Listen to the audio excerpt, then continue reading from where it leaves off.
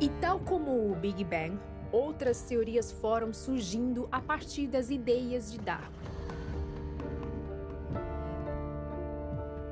Por isso, hoje eu vou visitar duas escolas. Um colégio que não é religioso e não tem em sua disciplina de ciências o ensino da teoria criacionista. E também o colégio adventista, que ensina tanto nas aulas de ciência como de religião o criacionismo. Agora mesmo estou chegando num colégio que não é religioso para conversar sobre teorias científicas e também para saber se os alunos já ouviram falar de criacionismo. E eu percebi que antes dos alunos, eu quero conversar com os professores deles. Qual a importância, na sua opinião, de poder ensinar teorias como evolução, o Big Bang? A escola, ela não é inimiga de nenhuma teoria, né? Por lei, o Brasil é um país laico, nós podemos sim trabalhar duas versões ou as tantas outras versões da origem do mundo, certo?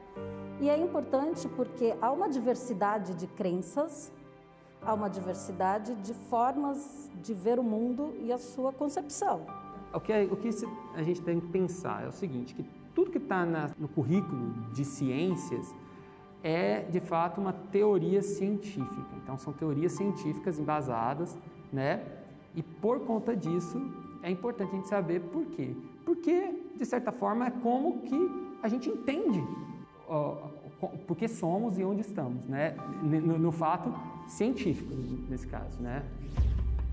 Mas será que os alunos compreendem esse fato científico? Bom, eu vou descobrir isso e muito mais. O que vocês entendem por evolução, ou teoria da evolução? Evolução ou teoria da evolução seria qualquer tipo de mudança, né, que ocorre em uma determinada espécie ou um determinado tipo de família de primatas ou bactérias. Júlia, o que você entende por teoria da evolução? Evolução, no que eu vejo, são mudanças e que todos os seres vivos que existem teriam um ancestral em comum de muitos tempos atrás, e que por mudanças a gente é como a gente é e os outros seres vivos são como eles são, tipo as plantas, os animais. Quais outras teorias vocês também aprendem aqui no colégio? Lamarck e Wallace, né, que o Wallace é a complementação de Darwin para mais moderna, assim, além do Big Bang. E eu decidi fazer essas mesmas perguntas para os alunos do colégio adventista. O que você entende por evolução ou teoria da evolução?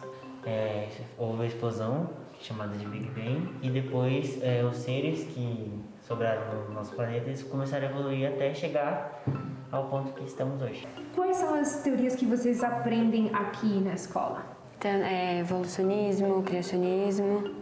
Por aí não veio o design inteligente também? Sim, veio design inteligente em religião. Quanto tempo você já vem ensinando como professora de biologia? Então, são 15 anos nessa função.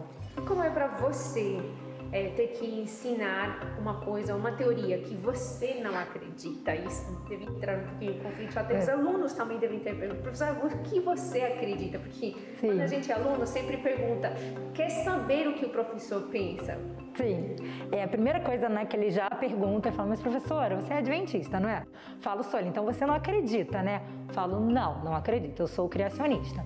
Aí eles sempre vêm com essa questão, mas é difícil? Eu falo, é difícil, né, você passar uma coisa que você não acredita, mas como é uma teoria, né, que foi proposta e ela cai muito em provas em vestibular, a gente estuda assim, gente, como uma teoria.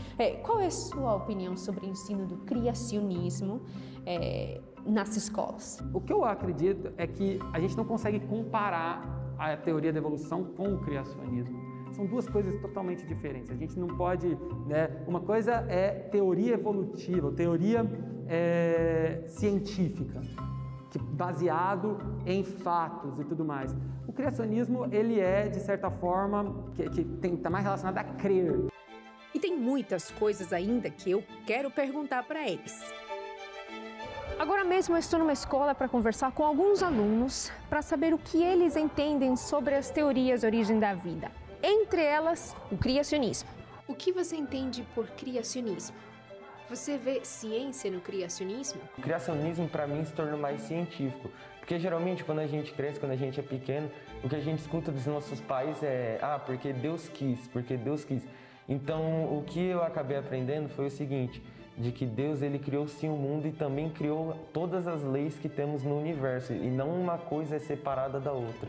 Mas estudar em si o criacionismo, você descobriu que tem ciência por trás? Sim, tem muita ciência por trás. E você? A minha, desde quando eu conheci, já nasci na família que é criacionista e tal, então não veio muito esse impacto assim, de ter tanta ciência. Para mim foi a mesma coisa. E o que vocês acham se, por exemplo, o professor tivesse que ensinar, além do evolucionismo, também o criacionismo, tipo, como uma outra teoria?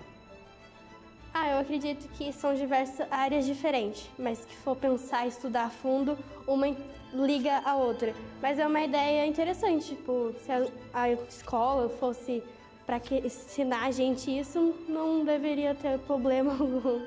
Eu acho que não afeta, porque são áreas totalmente diferentes. Uma se baseia na ciência e a outra na fé e na religião, independente do que acredita-se.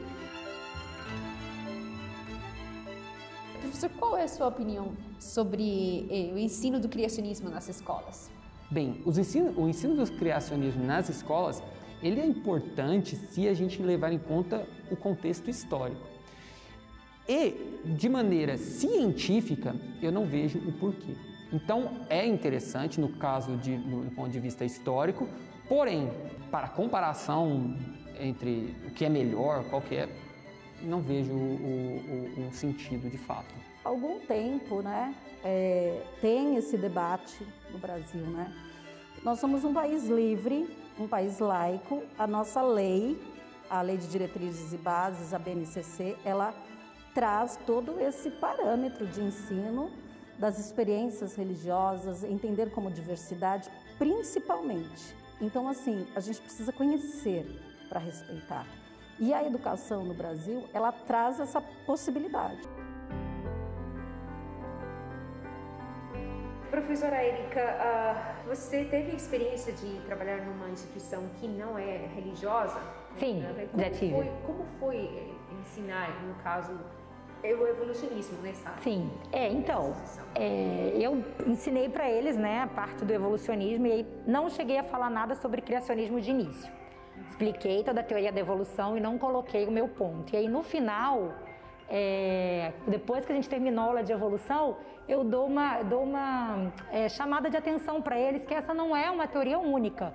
E aí até perguntei, né, para os alunos, vocês já ouviram falar sobre o criacionismo? Porque realmente no livro didático não tem nada falando sobre o criacionismo. Qual a importância de ensinar o criacionismo ou apresentar, no caso, teorias?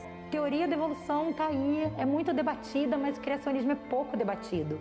Então eu acho que eu estou contribuindo para que eles tenham um pensar diferenciado, para que eles tenham, né, uma visão mais crítica. Por terem que aprender várias teorias, vocês não ficam meio confusos na hora de vocês mesmos decidirem o que vocês acreditam?